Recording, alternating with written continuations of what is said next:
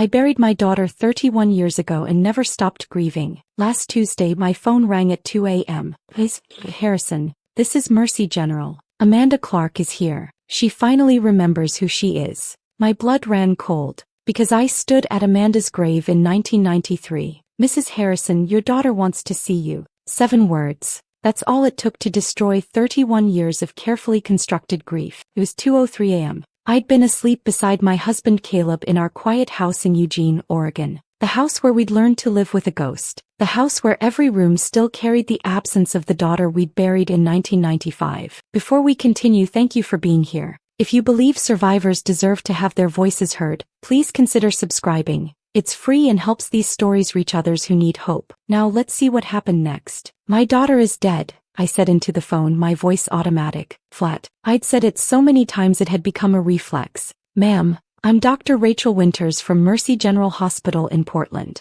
The woman in our care is Amanda Clark. She's 49 years old. She's been experiencing recovered memories for the past 72 hours. She remembers a house with a green front door, a mother who baked Dutch apple pie, a father who did terrible movie impressions, and she remembers a birthmark behind her right ear that her mother called her secret wings. I stopped breathing. The secret wings. Our secret. Mine and Amanda's alone. If she's alive, I whispered, then who did I bury? Dr. Winters was quiet for a moment. That's what we need to find out, Mrs. Harrison. But first, your daughter is asking for you. She finally knows who she is. The phone slipped from my hand. It hit the nightstand, clattered to the floor. Caleb was sitting up now, his face pale in the dim light from the alarm clock, staring at me with an expression I couldn't read. Brittany. His voice was careful. Afraid. Who was that? I couldn't answer. My mouth opened but no sound came out. My entire body had gone numb, like my brain had shut down everything except the most essential functions. Breathe in, breathe out, don't pass out. Caleb picked up the phone from the floor, pressed it to his ear. Hello, this is Caleb Harrison. Who is this? I watched him listen, watched the color drain from his face, watched his hands start to shake. We'll be there, he said finally, his voice hoarse. We're leaving now. He hung up. We sat there in the darkness, staring at each other. 38 years of marriage and I'd never seen him look like this. Lost, terrified, like the ground had just opened up beneath us. She said, Caleb's voice broke. She said Amanda's alive. I'm 60 years old now and for 31 of those years, I've been a mother with a ghost in her heart. Every November 8th, I visit the grave with the name Amanda Harrison carved into cold granite. Caleb still goes with me, though we've stopped talking much on those drives. What's left to say after 3 decades? Our son Jordan stopped coming years ago. He moved to Boston, built a life far from the town where his sister vanished. He calls on her birthday, voice tight and careful, like he's walking on glass. Like one wrong word will send me spiraling back into the person I became in 1993. We've learned to live around the wound the way you learn to walk with a limp. Our house in Eugene is quiet now, filled with routines we've perfected to avoid the empty spaces.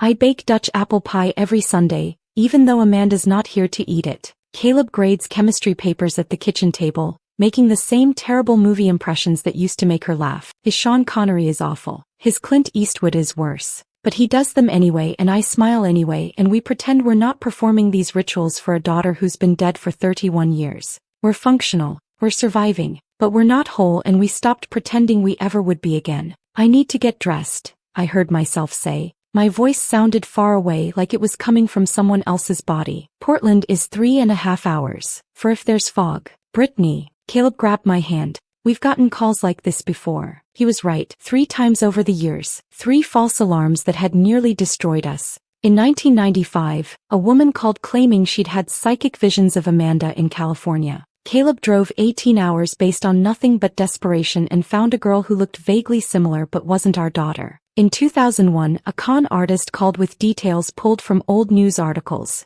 asking for money to help Amanda come home. I almost wired $5,000 before our old detective talked me down. In 2008, an elderly woman with dementia kept calling, insisting every young person she saw was someone's missing child. Each time the hope had nearly killed us. Each time we'd had to rebuild ourselves from the disappointment. She knew about the secret wings, I said quietly. Nobody knows about that. Nobody. Caleb went very still. He knew what that meant. The secret wings were ours alone. A bedtime story I'd invented when Amanda was 4 years old and terrified she wasn't special enough, wasn't pretty enough, wasn't anything enough. I'd trace that tiny butterfly-shaped birthmark behind her right ear with my fingertip and whisper that she had secret wings. That butterflies were the bravest creatures because they transformed themselves completely. That she could fly anywhere in her dreams and I'd always be there to catch her if she fell. That detail had never been in police reports. Never mentioned to investigators. Never shared with reporters or grief counselors or anyone. How could a stranger know about that unless she was Amanda? "I'm coming with you," Caleb said, already reaching for his jeans.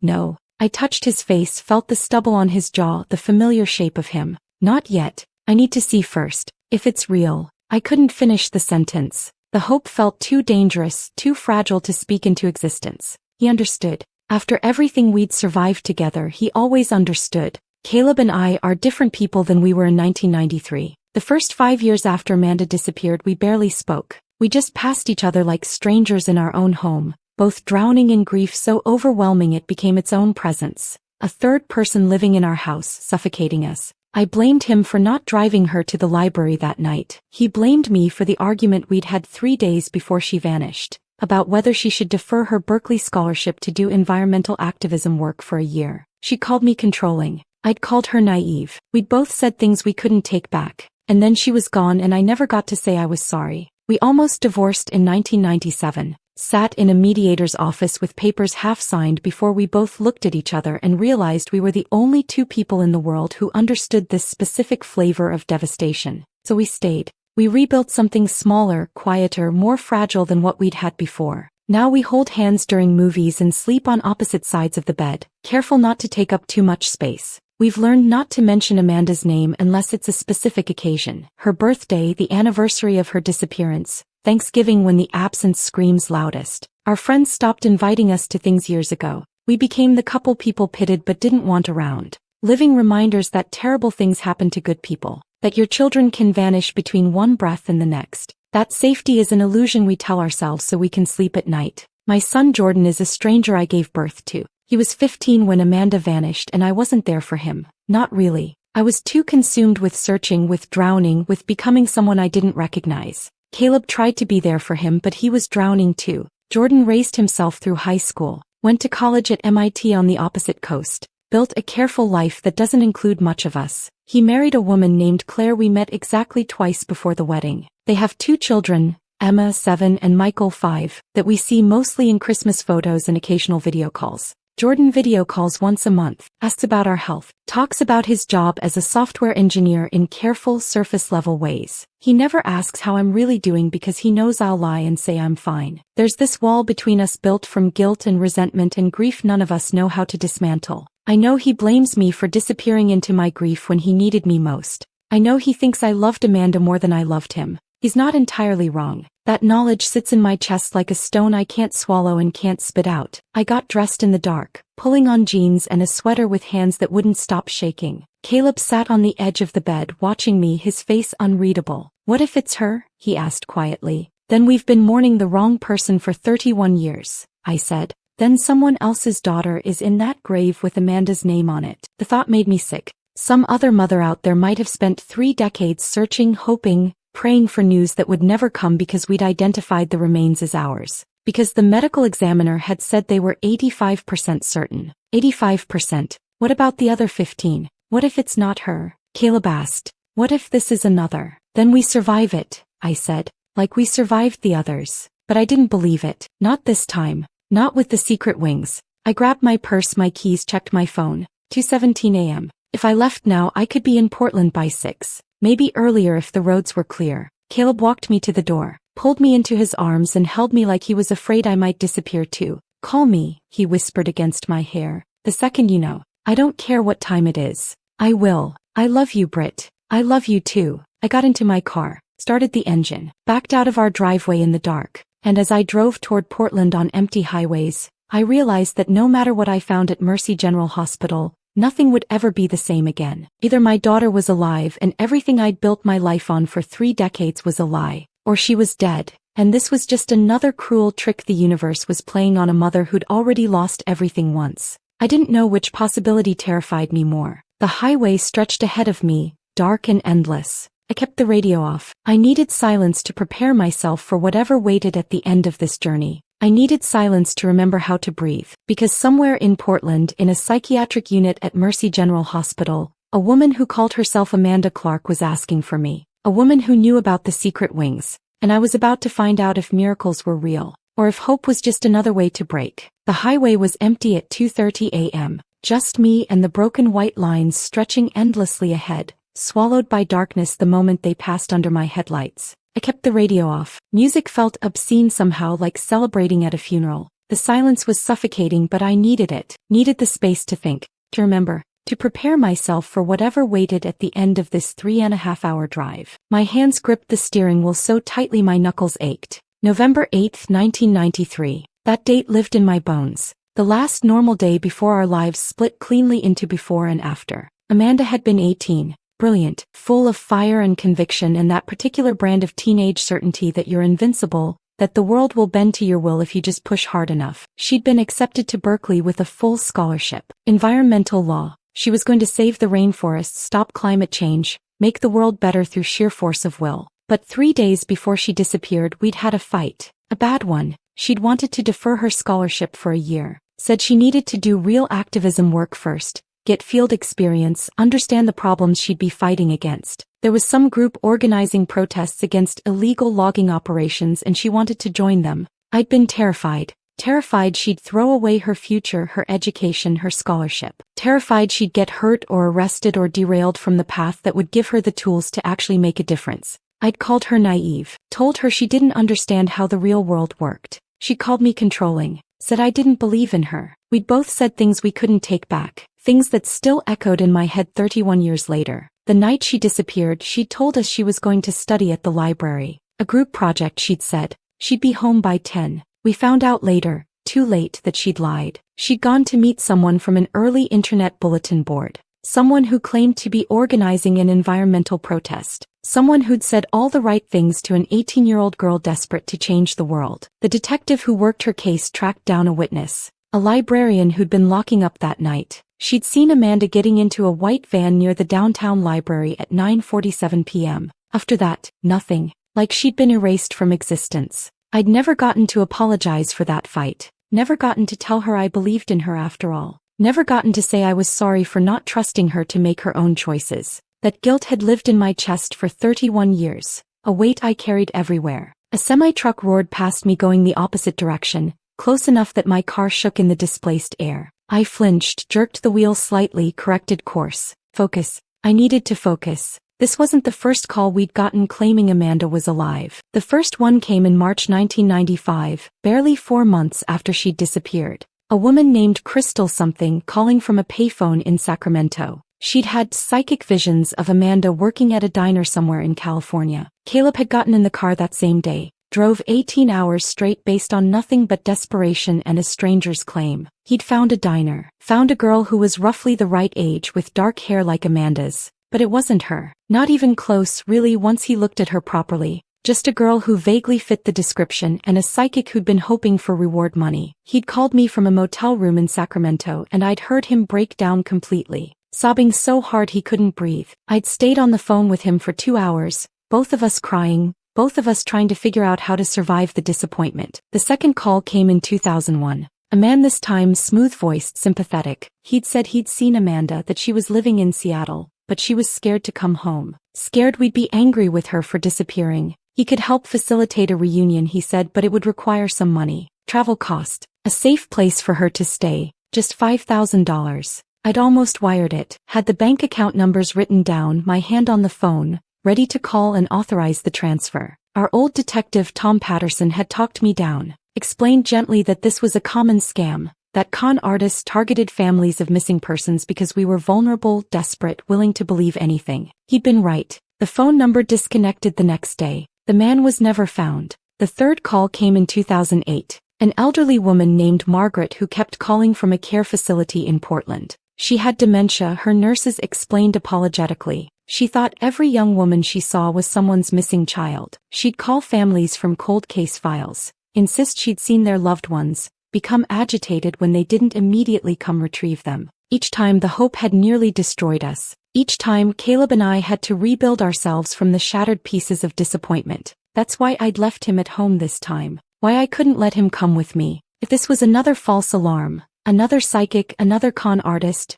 another confused elderly woman, I needed to absorb the blow alone. Needed to be the one who shattered so he could stay whole. But the secret wings, that detail changed everything. How could anyone know about that unless they were Amanda? My exit appeared in the distance. Woodburn. I was making good time. No fog, barely any traffic. I'd be in Portland by 6 at this rate. Maybe earlier. My stomach churned. I'd thrown up twice already, had to pull over on the shoulder and heave into the gravel while semis roared past. Because if Amanda was alive, then the remains we'd buried in December 1995 belonged to someone else. I could still remember that day with perfect clarity. The call from the detective. Hikers had found remains in the Cascade foothills. Female, approximately 18 to 20 years old. The forensic anthropologist estimated the body had been there at least a year, possibly 2. Dental records had been inconclusive. Too much decomposition. Too much damage from wildlife and weather. But there were other things. Fragments of a Berkeley sweatshirt. A silver bracelet that looked like one Amanda wore. A gift from her grandmother. Delicate chain with a small tree charm. A student ID card so weathered and damaged you could barely read it, but the partial name matched. The medical examiner had been careful, professional. He'd said they were 85% certain the remains were Amanda's. 85%. Not 100. Not definitive, but close enough. We'd been so desperate for closure. So exhausted from 2 years of searching, of not knowing, of living in this horrible limbo where she might be dead or might be suffering somewhere and we couldn't help her. 85% had felt like enough. We'd held a funeral. I'd picked out a casket for remains that barely filled a small box. Stood at a grave with Amanda's name carved into granite and said goodbye. Promised her I'd tried everything. Promised her I'd never stop loving her. Promised her I'd live the rest of my life trying to be worthy of being her mother. Now, driving through the darkness toward Portland, I realized we might have stolen another family's closure. Some other mother out there might have spent 31 years doing exactly what I'd done. Waiting, hoping, praying for news that would never come because we'd buried her daughter under the wrong name. The guilt of that possibility was crushing. I pulled over again at a rest stop outside Salem, stumbled to the bathroom and threw up until there was nothing left. Splashed cold water on my face. Stared at myself in the harsh fluorescent lighting. I looked old. 60 years old, and every single one of them written on my face. Lines around my eyes, around my mouth. Gray hair I'd stopped bothering to color years ago. The face of a woman who'd spent 3 decades learning how to survive grief. What would Amanda see when she looked at me? If it was really her. If this wasn't another cruel trick. Would she even recognize me? I got back in the car. Kept driving. The sky was starting to lighten as I reached the outskirts of Portland. That ugly gray color between night and morning. Everything washed out and colorless. Mercy General Hospital loomed ahead. Massive. All concrete and glass and fluorescent lights visible even from blocks away. I found parking in a nearly empty garage. Sat in my car for 5 minutes trying to remember how to breathe. Then I forced myself to move. 1 foot in front of the other. Through the garage. Into the main building. The lobby was quiet. Security guard at the desk. A janitor mopping floors. A few exhausted-looking people scattered in chairs, waiting for news about their own emergencies. Can I help you? The woman at the information desk looked kind. Tired but kind. I'm looking for Dr. Rachel Winters. She's expecting me. My name is Brittany Harrison. The woman made a phone call. Nodded. Hung up. She'll be right down. I stood there, my legs shaking, my hands clenched into fists to stop them from trembling. 5 minutes that felt like hours. Then a door opened and a woman walked toward me. Early 40s, wire-rimmed glasses, dark hair pulled back in a neat bun. Professional clothes. Slacks and a blouse under a white coat. The kind of face that had seen too much human suffering to be easily shocked. Mrs. Harrison? She extended her hand. I'm Dr. Rachel Winters. Thank you for coming so quickly. Her handshake was firm, steady. Everything I wasn't. I understand this must be overwhelming, she said gently. Would you like some coffee before we talk? There's a consultation room just down the hall where we can sit. No. My voice came out harsher than I'd intended. I'm sorry, I can't. I need you to tell me what you know. Please. She nodded. Of course. Follow me. We walked through corridors that smelled like antiseptic and floor polish. Everything was too bright, too clean, too sterile. We entered a small consultation room with a table for chairs, and a window that looked out over the parking lot. Dr. Winters gestured for me to sit. I did, gripping the edge of the table to keep my hands from shaking. The woman we're treating has been living under the name Amanda Clark for approximately 31 years, Dr. Winters began. Her voice was calm, measured, clinical. She's been in Portland the entire time, working various jobs, waitressing, retail, house cleaning. She's experienced homelessness intermittently, multiple stays at shelters. She has no memory of a life before the name Amanda Clark. Until 4 days ago. What happened 4 days ago? I whispered. She was walking through Pioneer Square. There was a street artist doing portraits from photographs. He sometimes works with a nonprofit that highlights cold cases, missing persons from the 80s and 90s. One of the photographs he was working from was your daughter's image, part of a still missing awareness campaign. Dr. Winters paused, pulled out a tablet, opened a photo and turned it toward me. When the woman we're treating saw this photograph, she had what we call a complete dissociative break. She collapsed right there in the square. Paramedics brought her here. She's been in our care for 72 hours. I stared at the photo on the tablet, not the old missing person poster. A new photo, recent, taken here in the hospital. The woman was 49 years old. Her hair was cut short, dyed an unnatural dark brown that didn't suit her complexion. Her face was lined, weathered, marked by decades of hardship I couldn't begin to imagine. She was too thin, cheekbones sharp, eyes carrying shadows that spoke of things no one should have to survive. But the bone structure, the shape of her face,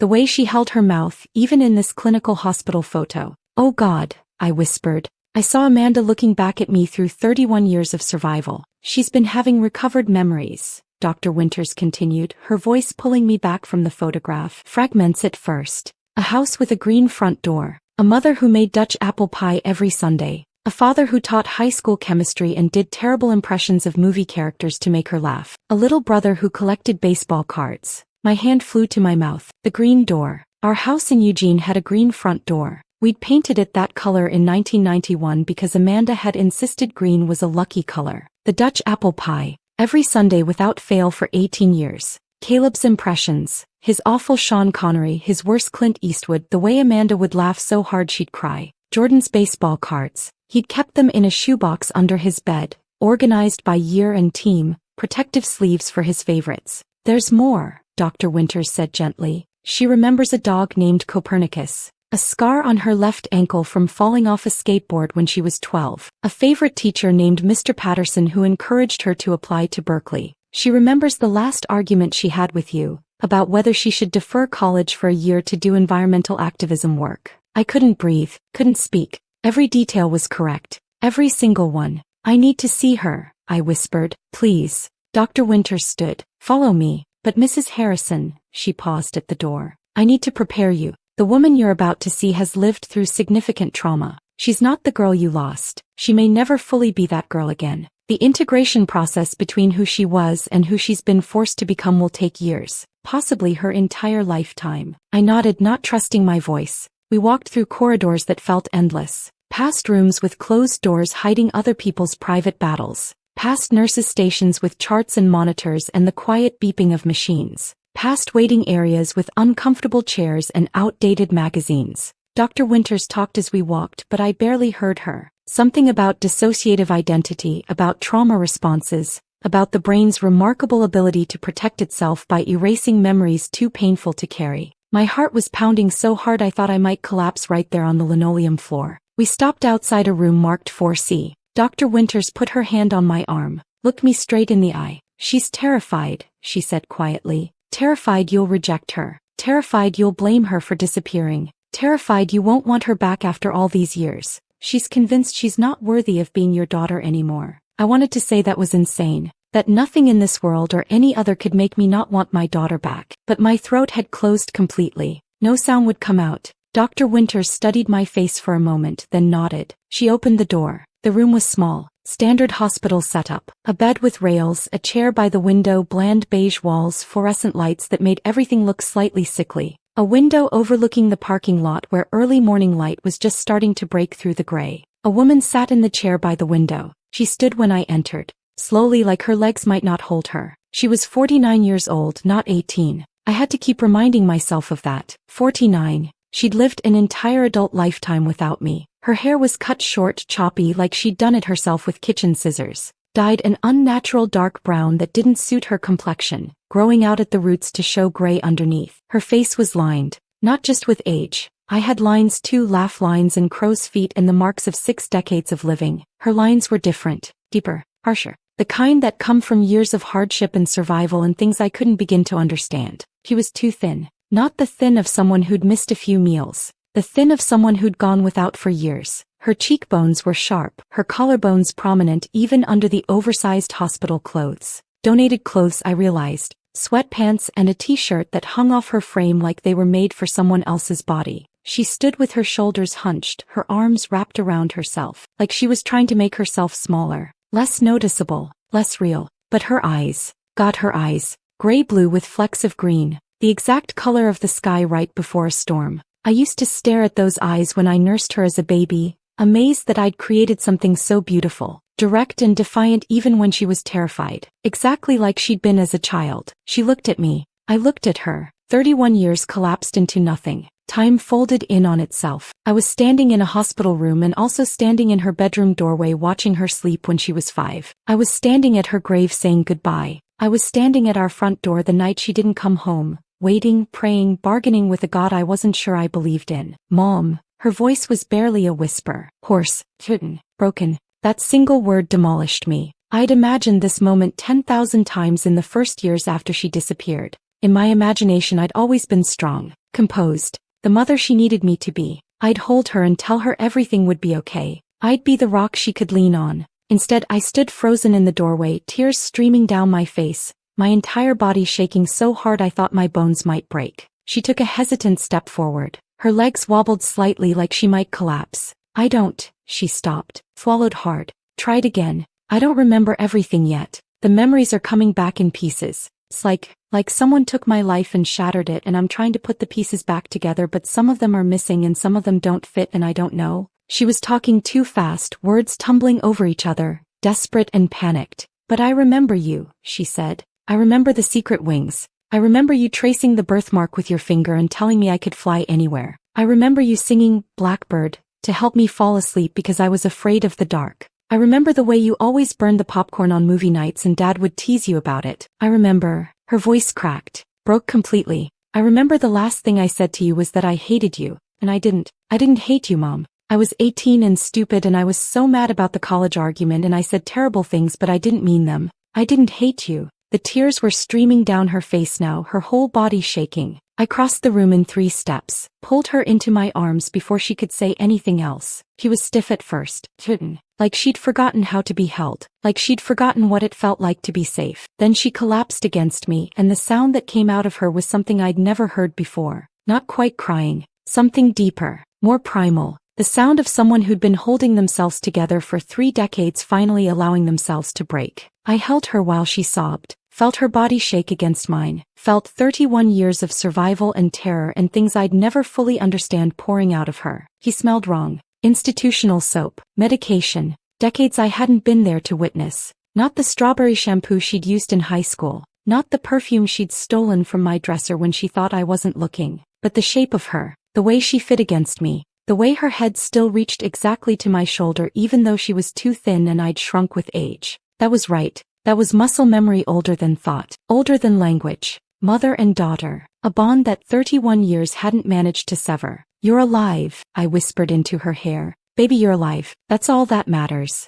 You're alive and you're here and I've got you. I've got you. I don't know how long we stood there. Long enough that my legs started to ache. Long enough that Dr. Winters quietly left the room, giving us privacy. Eventually Amanda's sobs quieted, turned into hiccuping breaths, then just shaky breathing. She pulled back slightly, looked up at me with red, swollen eyes. I'm sorry, she whispered. I'm so sorry. I should have been more careful. I should have told you where I was really going that night. I should have. No. I cupped her face in my hands. No. You were 18 years old. You didn't do anything wrong. Do you hear me? None of this is your fault. Fresh tears spilled down her cheeks. I did terrible things to survive. Things I can't take back. Things that make me not sure I deserve. Stop. My voice was fierce, firmer than I'd intended. There is nothing you could have done that would make me stop loving you. Nothing. You survived. That's what matters. You survived and you're here and we're going to figure everything else out together. She stared at me like she didn't quite believe it, like she was waiting for me to change my mind,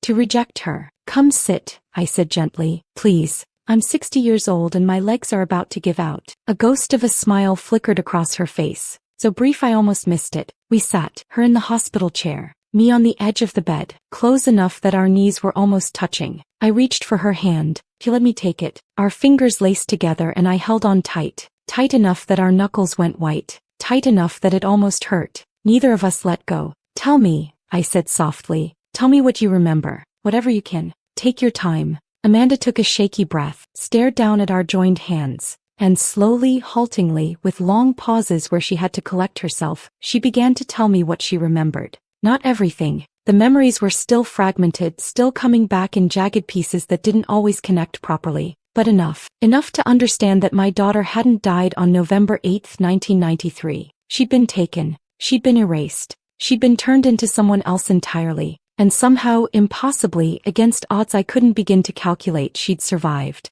Amanda's voice was hollow as she began to speak.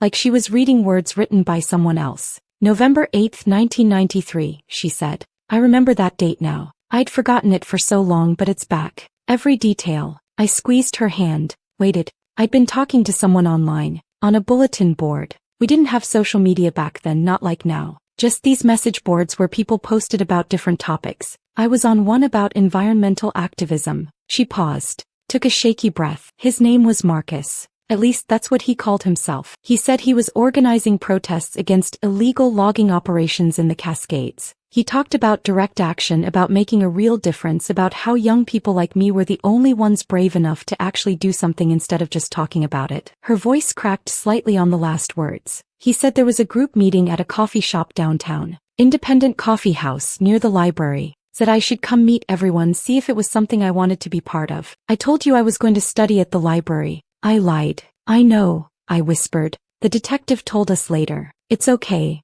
It's not okay. Her voice was fierce suddenly. Agri, none of this is okay. I lied to you and because of that. Stop. I gripped her hand tighter. You were 18. You didn't do anything wrong. She shook her head but didn't argue. Just kept talking. When I got to the coffee shop it wasn't just Marcus. There were 3 people. A woman maybe mid-30s with short blonde hair, and 2 men. One was older, 40s maybe. The other was younger, closer to my age. Her hands started shaking. I held them steady. They were so nice, so friendly. They bought me coffee. They talked about all these amazing actions they'd done. Tree-sitting, road blockades, protests at corporate headquarters. They made it sound exciting, important, like I could actually make a difference. Amanda's voice dropped to barely a whisper. They said there was an action happening that night. Not a protest, something more direct. They were vague about the details but they made it sound urgent, important. They said they could use another person, especially someone young who looked innocent. I'd be perfect for it, they said. She pulled her hand away from mine,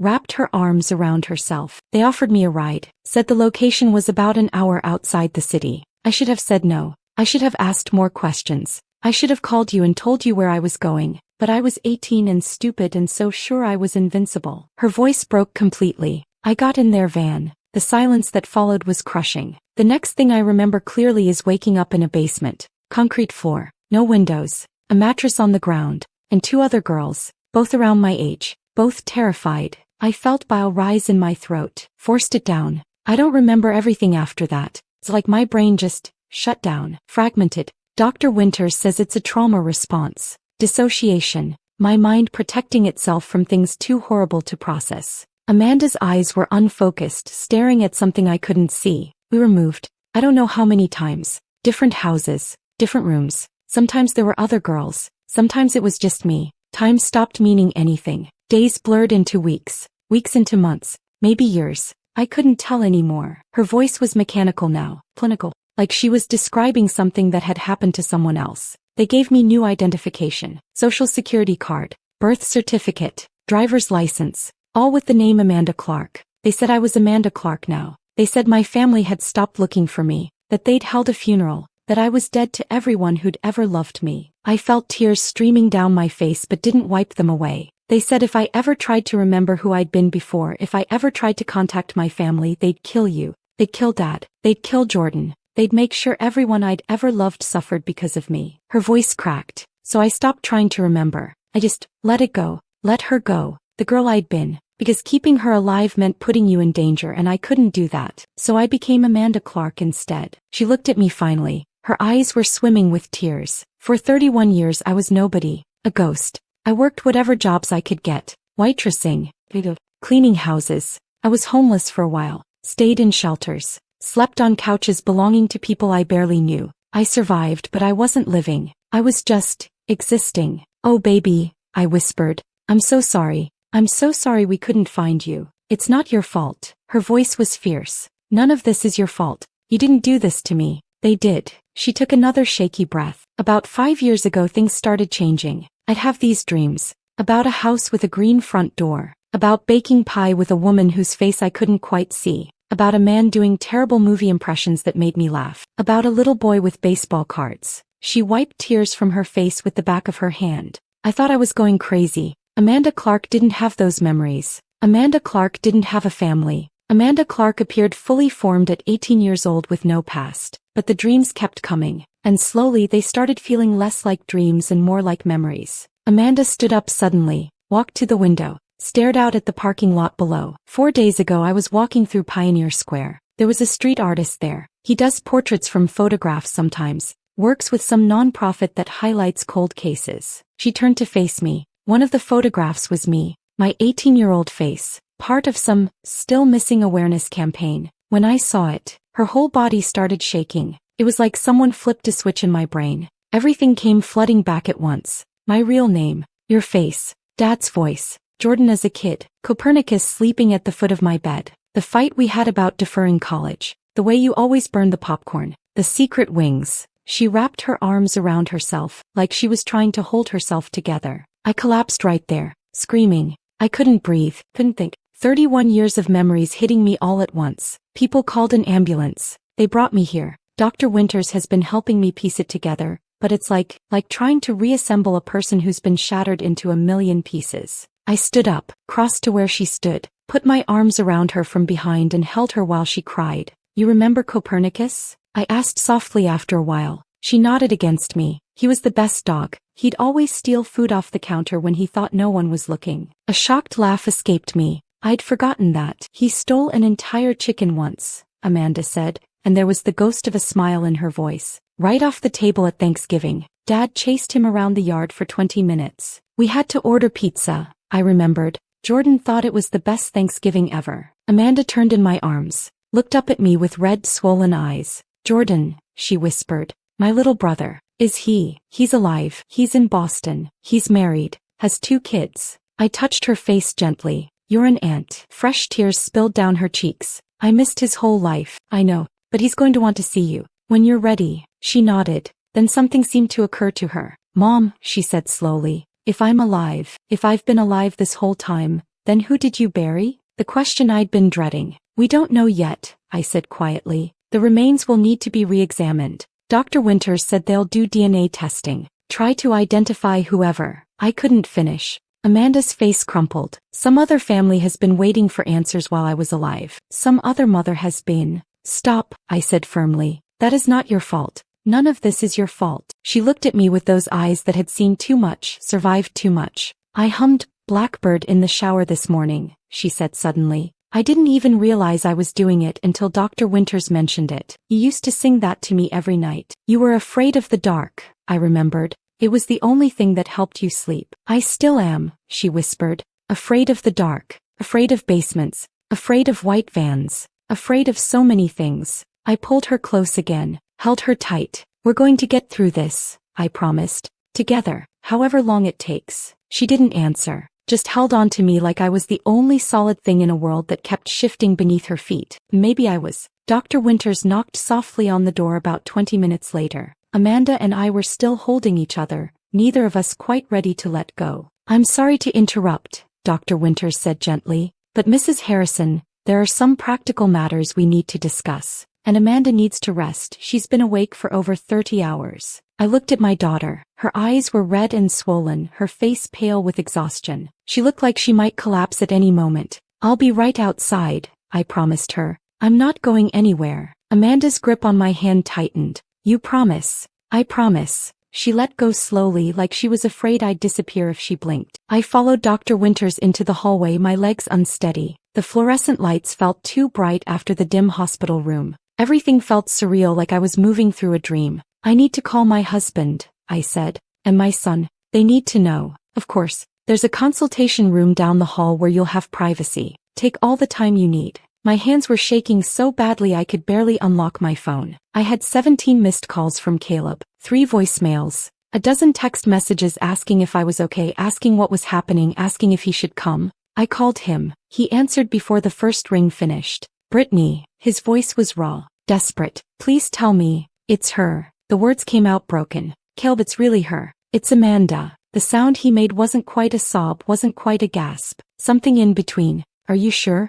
Are you absolutely? I'm sure. Tears were streaming down my face again. She knew things, Caleb. Things nobody else could know. The secret wings. Copernicus. The argument about college. She remembered the Thanksgiving he stole the chicken off the table. I heard him break down completely on the other end. Heard him trying to speak and failing. Heard 31 years of grief pouring out of him. Is she okay? He finally managed. Is she hurt? She's alive. She's been through. My voice cracked. She's been through things I can't even begin to understand. But she's alive, Caleb. Our daughter is alive. I'm coming. I'm leaving right now. I'll be there in 3 hours. Drive carefully, please. I need you to get here safely. I love you, Britt. I love you too. I hung up, stared at my phone.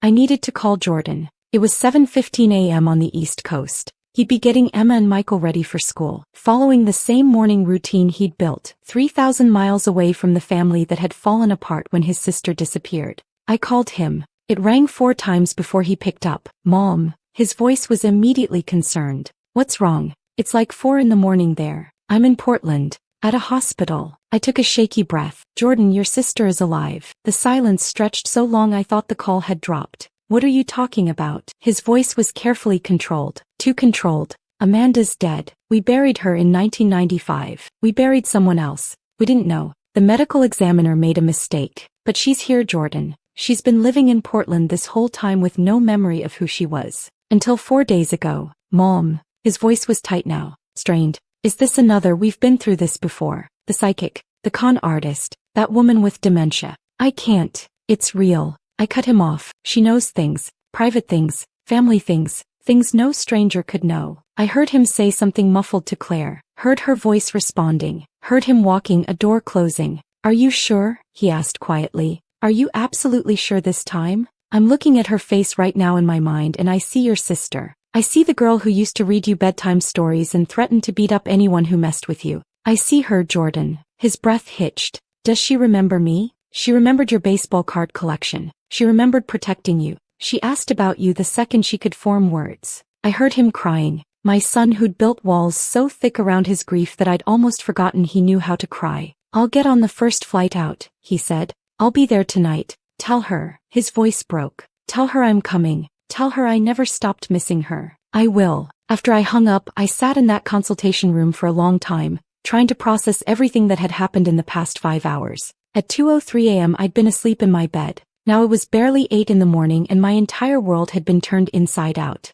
Dr. Winters found me there 20 minutes later. Mrs. Harrison, do you feel up to discussing next steps? I nodded, though I wasn't sure I felt up to anything. We sat across from each other at a small table. Dr. Winters had a file folder in front of her, official looking, the kind that holds documents that change lives. First, we'll need to do DNA testing, she began, to officially confirm Amanda's identity. It's a formality at this point. I don't doubt who she is, but it's necessary for legal purposes. We can do that today. How long for results? With expedited processing, about a week, maybe less. A week. 7 more days of existing in this strange limbo between impossibility and confirmation. There will also need to be interviews with law enforcement, Dr. Winters continued. The FBI has a task force that deals with trafficking cases. They'll want detailed testimony from Amanda about what she remembers. Names, locations, descriptions of the people involved. Any information that might help them find other victims or prosecute perpetrators. The thought of Amanda having to relive her trauma for strangers made me feel sick. Will she have to? I asked. Testify, I mean. That will be her choice. No one can force her. But the information she has could potentially save other lives. Help find other missing girls. bring people to justice who've been operating for decades. I nodded slowly, understanding the weight of what Amanda would have to carry. She'll need intensive therapy, Dr. Winters went on. What Amanda is experiencing is called complex PTSD. She's lived through sustained, repeated trauma that fundamentally reshaped her identity. For 31 years she's been someone else entirely. The process of integrating those two identities, Amanda Clark and your daughter, will take years, possibly her entire lifetime. What does that mean? I asked. Integration. It means learning to hold both truths simultaneously. That she is Amanda Clark with all the experiences and survival skills that identity required. And that she is also your daughter with all the memories and connections that identity holds. It means processing decades of trauma while also processing the grief of everything she lost. It won't be linear.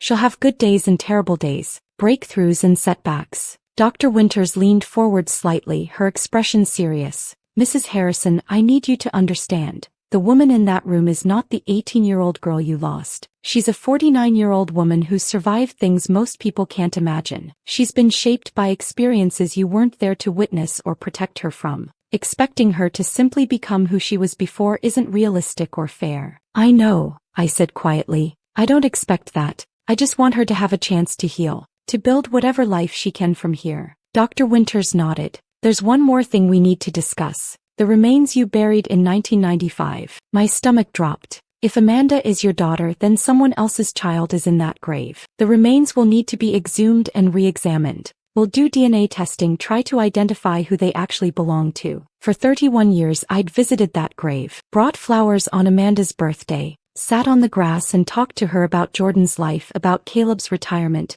about the grandbabies she'd never meet. Now I had to face the reality that it had never been Amanda lying there. It had been someone else's daughter, someone else's sister, someone else's friend. There's another family out there, I said slowly. Another mother who's been waiting. Possibly, the remains might match someone in the missing persons database, or they might not. We may never know who she was. The guilt was crushing. Some family had spent 3 decades in the same hell we'd lived through, except they'd never gotten closure, never gotten answers, because we'd taken their daughter and buried her under the wrong name. I want to know, I said firmly. As soon as you identify the remains, I want to know. If there's a family still searching, I need to tell them. They deserve that. Dr. Winters studied my face for a moment. That's very compassionate of you. Most people in your position would just want to move forward, not look back. How can I move forward knowing another mother is still waiting? I asked, knowing she might be visiting an empty grave the way I thought I was doing for 31 years? Dr. Winters nodded slowly. I'll make sure you're notified as soon as we have information. I stood up. My legs were unsteady, my whole body exhausted.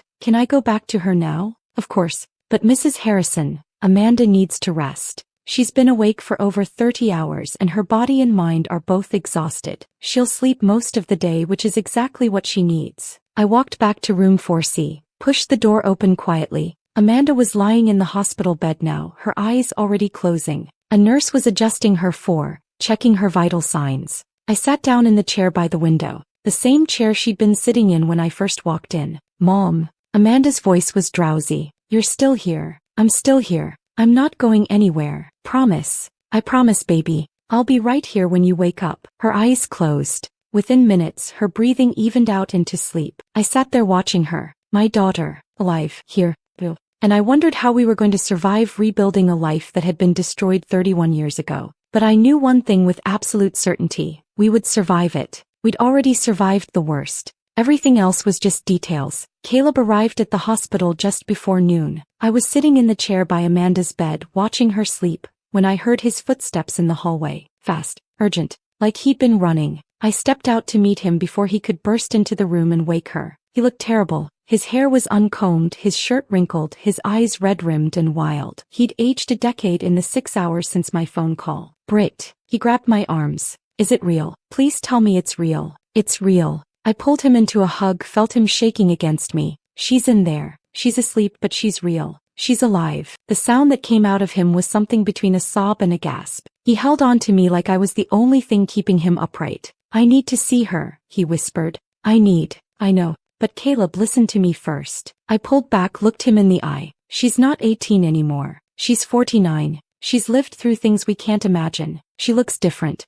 sounds different, She's not the girl we lost. He nodded, but I wasn't sure he'd really heard me. I opened the door to room 4C quietly. Amanda was still sleeping, curled on her side, one hand tucked under her cheek like she used to do as a child. Caleb stood in the doorway, frozen. I watched him take her in, the short, badly dyed hair, the lines on her face, the way she looked too thin even under the hospital blankets, the way 31 years had marked her in ways they hadn't marked us. Amanda. His voice cracked on her name. She stirred, opened her eyes, saw him standing there. For a moment neither of them moved. Then recognition flickered across her face. Dad. That single word broke him. Caleb crossed the room in 3 strides and pulled her into his arms. Amanda made a sound, half sob, half gasp, and clung to him like she was drowning and he was the only thing keeping her afloat. I'm sorry, she kept saying. I'm so sorry. I'm so sorry. Stop, Caleb said fiercely. You have nothing to be sorry for. Nothing.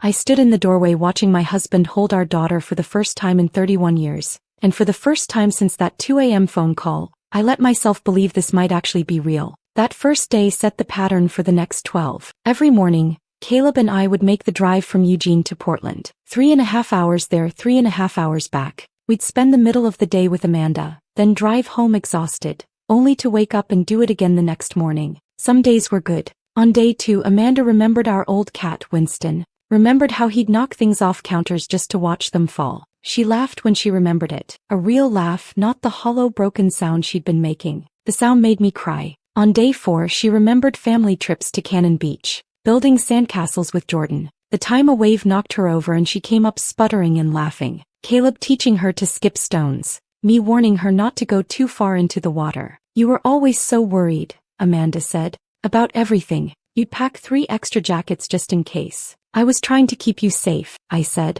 Her smile faded. You couldn't keep me safe from everything. On day 5, she remembered Christmas mornings. How Jordan would wake everyone up at 5 a.m. too excited to wait. How we'd make hot chocolate and open presents in our pajamas. How Caleb would always pretend he hadn't gotten me anything, then pull out something he'd been hiding for weeks. Each memory was a small victory. Another piece of herself she was reclaiming from the decades of erasure. But other days were terrible. On day 6, Amanda had a panic attack so severe they had to sedate her. She'd been fine one moment talking about her favorite teacher in high school, and then suddenly she was hyperventilating, screaming that she couldn't breathe, that the room was closing in on her. We tried to help, but the nurses had ushered us out while they dealt with it. Caleb and I sat in the hallway listening to our daughter scream, and there was nothing we could do. On day 8 she had a dissociative episode. We'd been talking about Thanksgiving traditions when suddenly Amanda's eyes went blank. Completely empty, like no one was home. Amanda, I'd said, baby, can you hear me? Nothing. She stared straight through me like I wasn't there. Dr. Winters had explained later that it was a trauma response. When the memories became too overwhelming, Amanda's brain would essentially shut down, disconnect from reality. It was a survival mechanism, but it was terrifying to witness. On day 9, Amanda refused to see us at all. When we arrived, the nurse said she'd had a bad night and didn't want visitors. We'd sat in the waiting room for 4 hours, hoping she'd change her mind. She never did. I'd cried the entire drive home, but we kept coming back. Every single day. Slowly, gradually, Amanda became more present, more herself, whoever that self was now. Jordan arrived on day 3. I met him in the lobby. He looked exhausted. He'd taken a red-eye from Boston, hadn't slept. His wife Claire had stayed home with the kids, but she'd sent messages. Tell her we love her. Tell her we can't wait to meet her. Is she? Jordan started, then stopped. What should I expect? I don't know, I said honestly. She's different every day. Sometimes she's okay. Sometimes she's not. Just be patient with her. And with yourself. We walked to room 4C together. I knocked softly before entering. Amanda was sitting up in bed, picking at her breakfast tray without actually eating anything. She looked up when we entered and I saw her freeze when she saw Jordan. Hey, Jordan said. His voice was carefully neutral, controlled. Hi. Amanda's voice was small. Jordan. They stared at each other across the room. Jordan was 34 now. A grown man with a wife and kids and a successful career. The last time Amanda had seen him, he'd been 15. A kid in braces who collected baseball cards and hero-worshipped his big sister. You got tall, Amanda said finally. A surprised laugh escaped Jordan. Yeah, you missed that. I missed a lot of things. The silence stretched. Uncomfortable, heavy with everything that couldn't be said. I was 15 when you disappeared, Jordan said finally. 15. I needed my sister and you were gone. And then I needed my parents and they were gone too. lost and searching for you.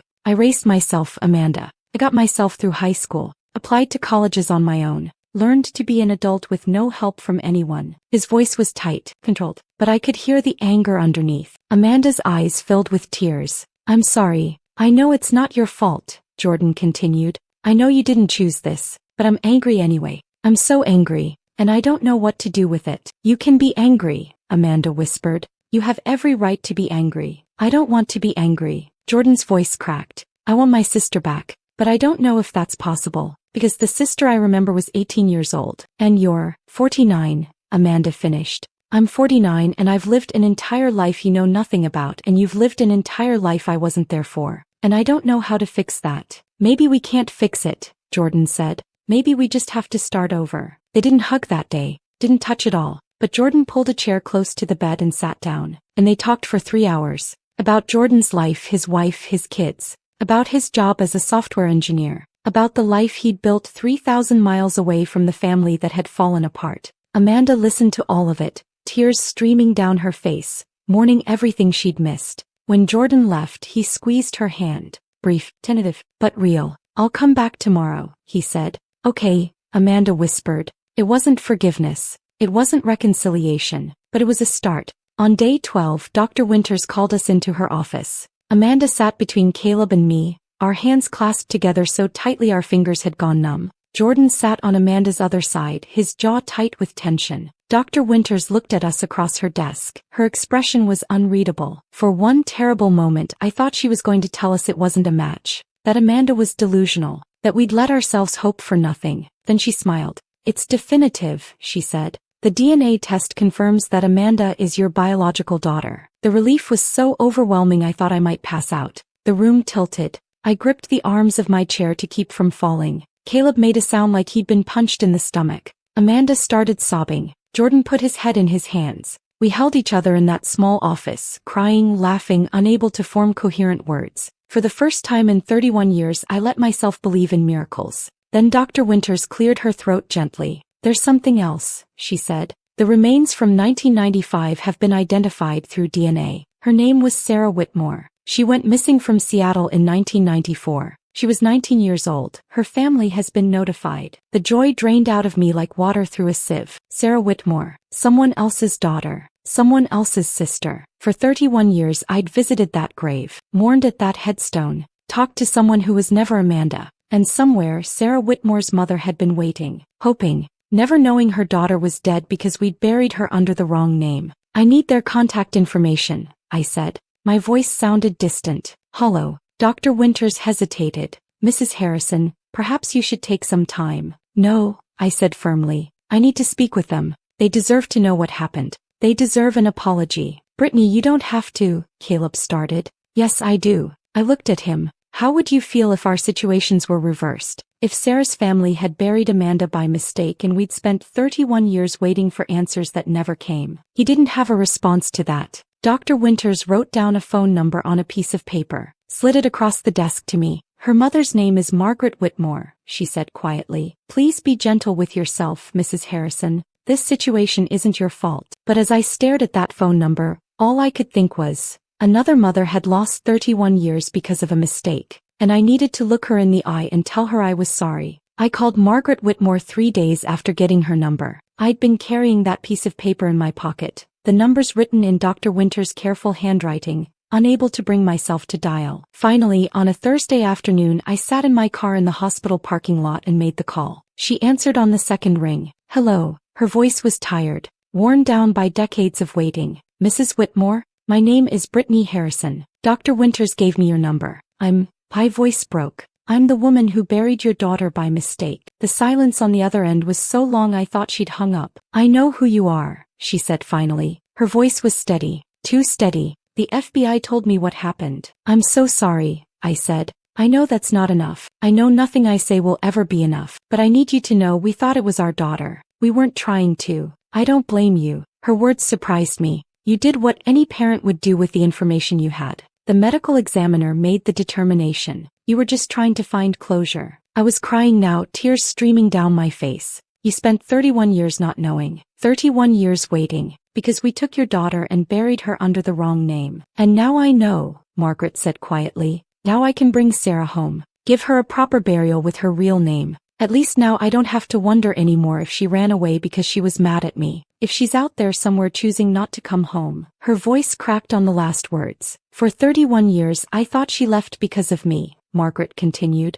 Because we'd fought about her boyfriend. Because I'd said terrible things. I thought she was alive somewhere, hating me. At least now I know she didn't choose to leave. We cried together on that call. Two mothers connected by tragedy and mistaken identity and the terrible luck of having daughters who disappeared in the same era. How is she? Margaret asked after a while. Your daughter, Amanda. She's alive, I said. She's healing. It's going to take a long time, but she's here. At least one of us got our daughter back, Margaret said. There was no bitterness in her voice, just exhaustion. At least one of us did. We talked for another 20 minutes. I promised to keep her updated on the exhumation process, on the transfer of Sarah's remains. She promised to let me know about the funeral. Will you come? She asked. To Sarah's burial. I know it's a lot to ask, but I'll be there, I said. I owe her that much. 6 weeks after that 2 a.m. phone call, Amanda was released from Mercy General. Caleb and I had assumed she'd come home with us to Eugene. We'd prepared her old room, bought new sheets, hung curtains in the color she used to like. We wanted to take care of her, wanted to keep her close after 3 decades of absence.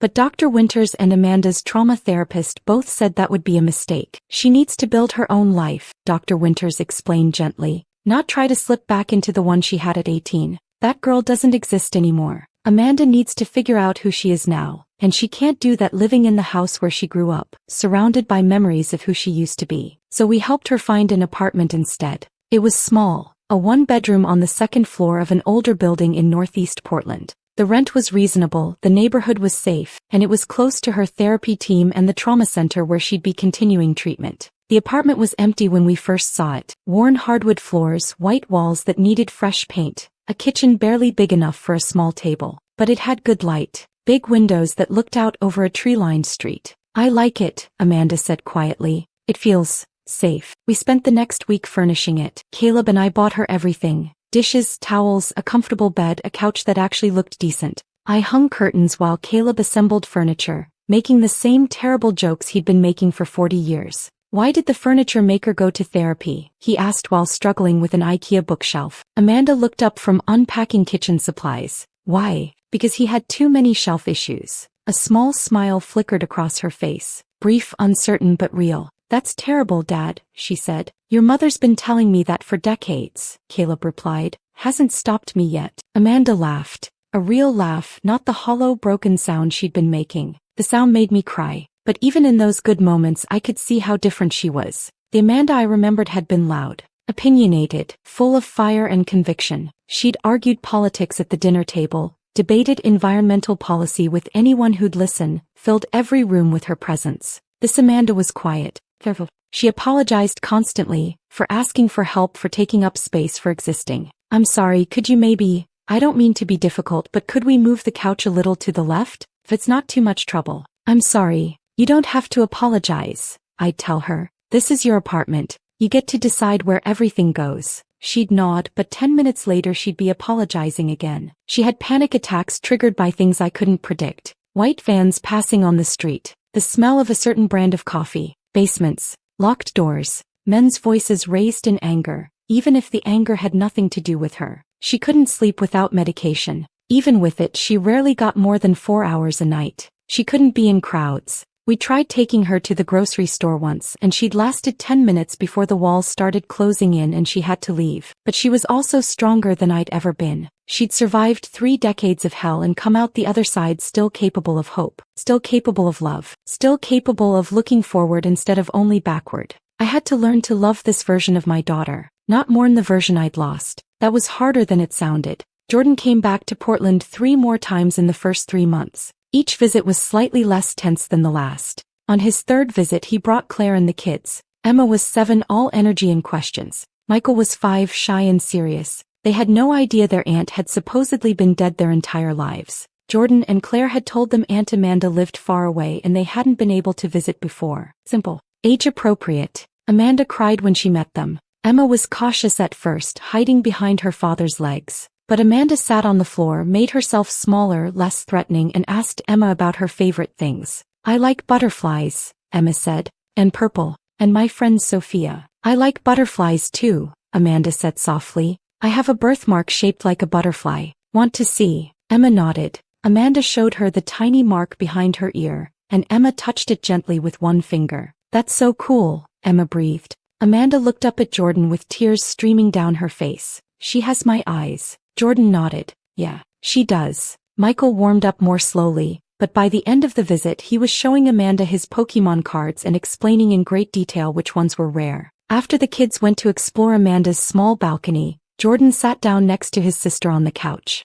Claire thinks I should talk to a therapist, he said. About all of this, the anger I'm carrying. That's probably a good idea, Amanda said. I'm trying, Jordan said, to not be angry at you. I know it's not your fault. I know you didn't choose any of this. You can be angry, Amanda told him. You have every right. I missed your whole life, your high school graduation, your wedding, the birth of your kids. I wasn't there for any of it. And I missed yours, Jordan said. 31 years of your life that I know nothing about. We're strangers who happen to share DNA and some childhood memories. Maybe we can start over, Amanda suggested. Not try to pick up where we left off because that's impossible, but maybe we can build something new. Jordan was quiet for a long moment. I'd like that. They started talking on the phone weekly after that. Awkward conversations at first, full of long pauses and careful topics. But gradually they got easier. Jordan told her about his work, his kids, his life in Boston. Amanda told him about her therapy, her struggles, her small victories. They couldn't fix 3 decades of loss, but they were building something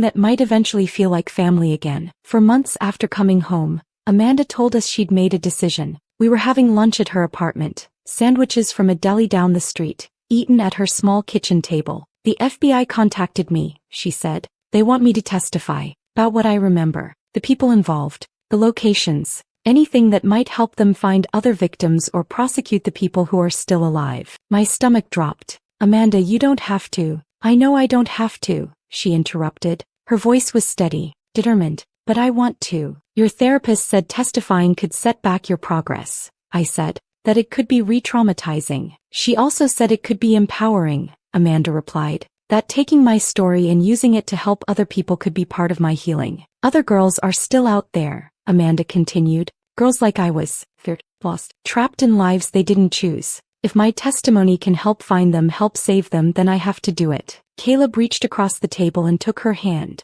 Are you sure? No, Amanda admitted. I'm terrified, but I'm doing it anyway. I have to take what happened to me and turn it into something that matters. Otherwise they win. The people who tried to erase me, they win. I tried to talk her out of it, tried to protect her from more pain, but Caleb put his hand on mine and shook his head. This is her choice, he said quietly. She gets to decide how she heals. So 3 weeks later, I sat outside a closed FBI conference room while Amanda testified. 3 days of testimony, 8 hours each day, reliving every detail of the worst years of her life. I waited in the hallway with Caleb, drank terrible coffee from vending machines, counted the tiles on the floor. When Amanda finally emerged on the 3rd day, she looked like she might collapse. I caught her before she fell, held her while she sobbed, supported her weight as we walked to the car. She didn't speak the entire drive home, just stared out the window with hollow eyes. But 2 days later she called me. They found someone, she said. Her voice was shaky but determined.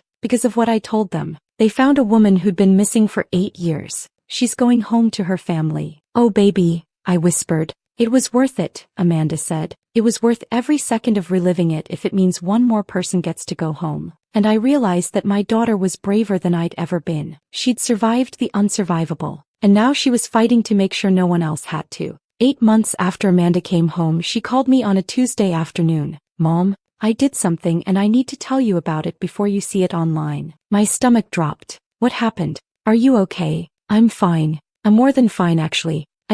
I enrolled in classes, online courses through Portland State. I want to finish my degree. I sat down on the couch processing. Your degree, the one I started 31 years ago. Environmental law. She paused. Well, not environmental law anymore. Social work. I want to help trafficking survivors. I want to become an advocate. Amanda, I didn't know how to finish. That's wonderful. But are you sure you're ready? Your therapist said. My therapist said I should focus on my own healing first, Amanda interrupted. And I am. But part of my healing is taking what happened to me and turning it into something that matters. I've been a victim for 31 years, Mom. I'm done being a victim. I want to be a survivor who helps other people survive. Her voice was steady, determined, more sure of herself than I'd heard since she'd come home. If this is what you want, I said carefully, then your father and I will support you. Thank you, she whispered. I need this. I need to feel like those 31 years weren't just wasted, like they can mean something. She threw herself into her studies with an intensity that scared me sometimes.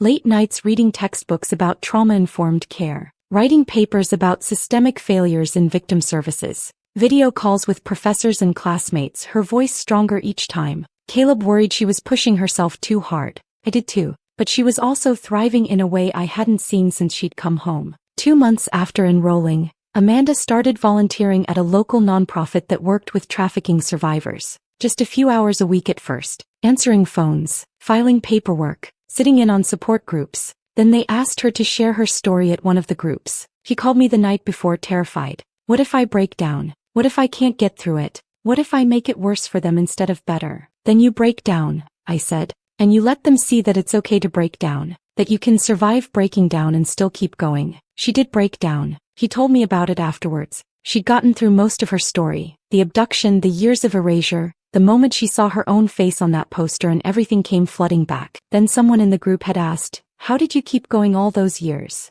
And Amanda had fallen apart. But the other women in the group had surrounded her, held her, told her they understood, that they'd asked themselves the same question, that seeing her survive gave them hope they could survive too. I helped them, Amanda said, wonder in her voice. Just by being there, just by surviving, I helped them. After that she spoke at more events, awareness campaigns, fundraisers, college classes studying human trafficking. Then a journalist from a national magazine contacted her. They were doing a piece on long-term trafficking survivors. Would Amanda be willing to share her story? He said yes. The essay was published in September. 31 Years Lost. One woman's journey from erasure to advocacy. It went viral within hours. Suddenly, people recognized Amanda on the street. Not as Amanda Clark, the broken homeless woman who'd spent decades invisible, but as Amanda Harrison, the survivor who'd come back from the dead. She got messages from other survivors, from families of missing persons, from people who'd never thought about trafficking before but were now paying attention. You're making a real difference, I told her. I'm trying, she said.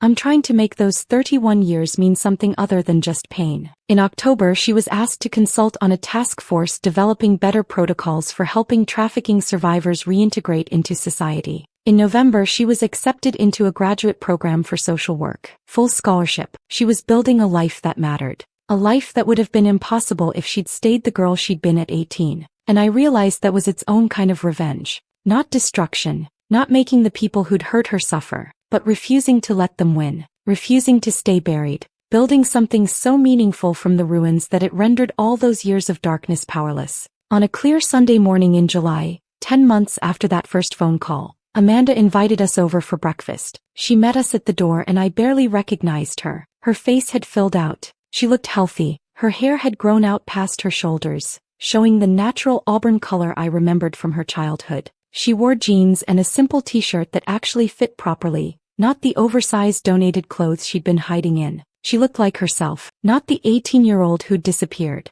not the broken woman who'd emerged from 31 years of trauma. Someone new, someone who'd integrated all the pieces of who she'd been forced to become and was building something whole from the fragments. Come in, she said, smiling. I made breakfast. Well, I tried. Fair warning, the pie might be a disaster. Dutch apple pie. Our Sunday tradition from before. We sat at her small kitchen table, the same one Caleb had assembled months ago. The apartment looked different now, more lived in, personal, photos on the walls, some old ones we'd given her, some new ones from the past few months, books on the shelves, a plant in the window that was actually alive. The pie was slightly overdone, the crust a bit too brown on the edges. It was perfect. This tastes like home, Caleb said, his voice thick. Amanda smiled, a real smile that reached her eyes. I called Grandma's sister, Aunt Linda. She still had the exact recipe written in Grandma's handwriting. She mailed it to me. You called Linda? I asked, surprised. I've been calling a lot of people, Amanda said,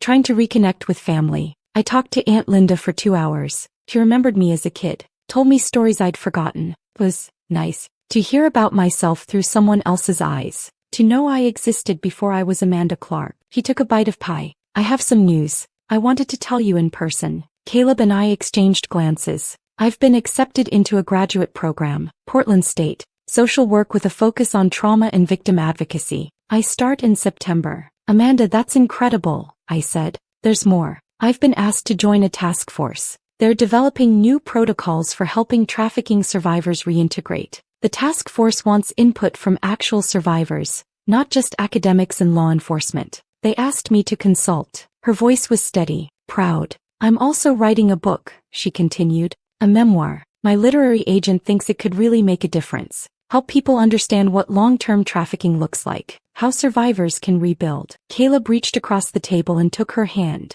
You're incredible. You know that. I'm trying, Amanda said. I'm trying to take what happened to me and turn it into something that helps other people. So those 31 years weren't just lost. So they can mean something. They mean you survived, I said fiercely. That's enough. You don't have to turn your trauma into productivity to make it worthwhile. I know, Amanda said, but I want to. For me. Not because I have to prove anything, but because it feels good to help. To take the worst thing that ever happened to me and use it to make sure it happens to fewer people. She looked at both of us across the table. I've been thinking about the secret wings, she said suddenly. Do you remember Mom telling me I could fly anywhere in my dreams? I nodded, unable to speak past the lump in my throat. I think I'm ready to fly now, Amanda said. Not in my dreams, for real. I'm ready to build a life, a real life, not just surviving but actually living. Caleb's eyes filled with tears. Then that's what will help you do, however long it takes. We're not going anywhere. I looked at my daughter across that kitchen table.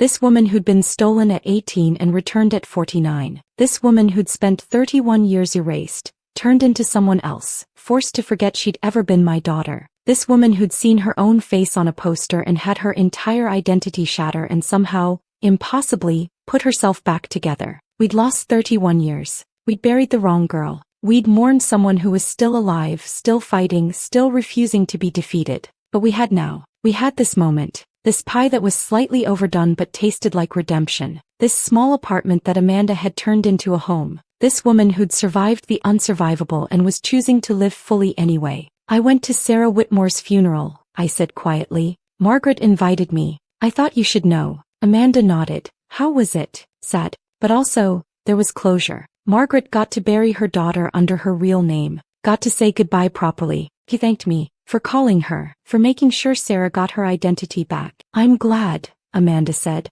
No one should be buried under the wrong name. Everyone deserves to be remembered as themselves. She smiled slightly. I used to think about that. When I was Amanda Clark, I'd wonder if anyone would remember me when I died, if anyone would care, or if I'd just disappear and no one would even notice. We would have noticed, I said fiercely. Even when we thought you were gone, we noticed your absence every single day. I know that now, Amanda said. I'm starting to really believe it. We sat there for a long time, eating overdone pie, talking about nothing and everything, making plans for Thanksgiving, for Christmas, for Jordan's next visit with the kids, building a future from the pieces of a past that had been shattered. And I realized this was Amanda's revenge. Not against any specific person, not destruction or violence or making anyone suffer. Her revenge was this: surviving, coming home, refusing to stay buried, building a life so full of meaning and purpose that it rendered 31 years of darkness powerless. They'd tried to erase her. They'd stolen her name, her identity, her entire life. But she'd come back, and she was flying. If this story of survival and resurrection had you on the edge of your seat, hit that like button right now. My favorite part was when Amanda saw her own face on that missing persons poster and everything came flooding back. What was your favorite moment? Drop it in the comments below.